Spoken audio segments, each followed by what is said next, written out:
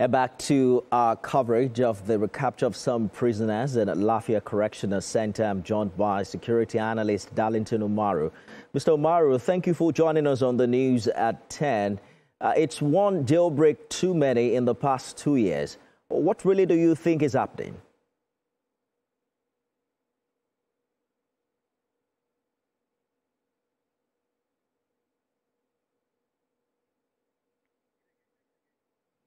Mr. Umaru, what do you make of the incessant jailbreaks that we've recorded in the past 2 years? There are several factors that one could actually relate with. One is that most of these correctional centers are overcrowded. If you go through the list of these correctional centers, aside from those who suffered jailbreak during the NSAS, you discover that most of these correctional centers are housing over 100% of what they are originally built, to have.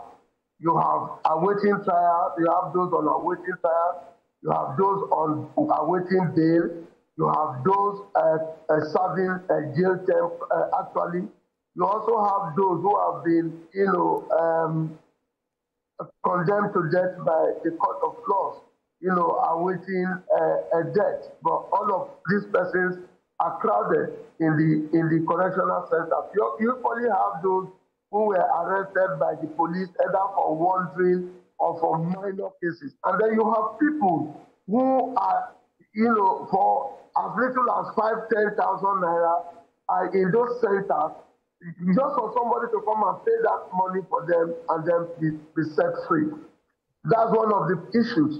Another problem we have is that some of these correctional centers have suffered a lot of lack of proper maintenance.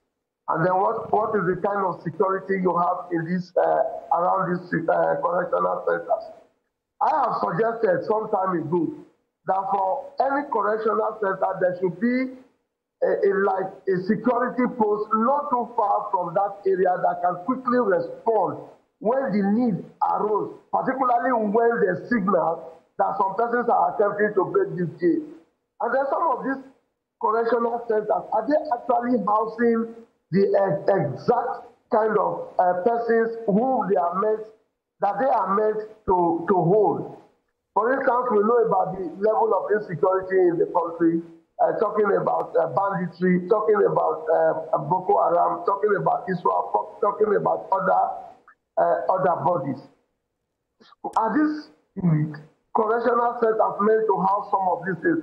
As solid as Kuje prisons is, we saw what happened some time ago.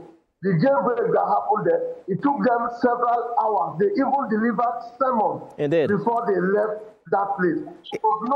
There was really no backup, no security came to the rescue of the few of them who were there. Mr. Umaru, in this one, the one in Nasarawa. Allow me to jump in quickly because the estimates is that hundreds, if not thousands, of inmates are at large across the country. We all know the security implication of that. But what do you consider the first step that government must take now to stop future escapes? Well, the first step is it has to do with the judiciary. The judiciary has to expedite action in some of the cases that are holding some of these inmates in these facilities. That's the first step. The second step is for the government to boost security around this correctional center. Get adequate security, get CCTV camera to monitor the activities of this person, and then go after those of them who have left, who are still on the run, because they actually will go back to cause a greater menace in the society. We have seen cases where some persons were arrested in cases of armed robbery, and only to be discovered that they were one of those, or some of those who actually succeeded in running away from some of these correctional facilities. We need more security. We need better. Even those of them in there, some of them are frustrated. All right. They get more hardened at the end of the day instead of having learned one or two things that can incorporate them into society as soon as they come back. That's why I see some of them, even when they officially and legally, serve their jail term, come out of that place, they go back to crime and then they return to that place again. Good place to live it. Darlington Umaru, security analyst, thank you for talking to us. My pleasure.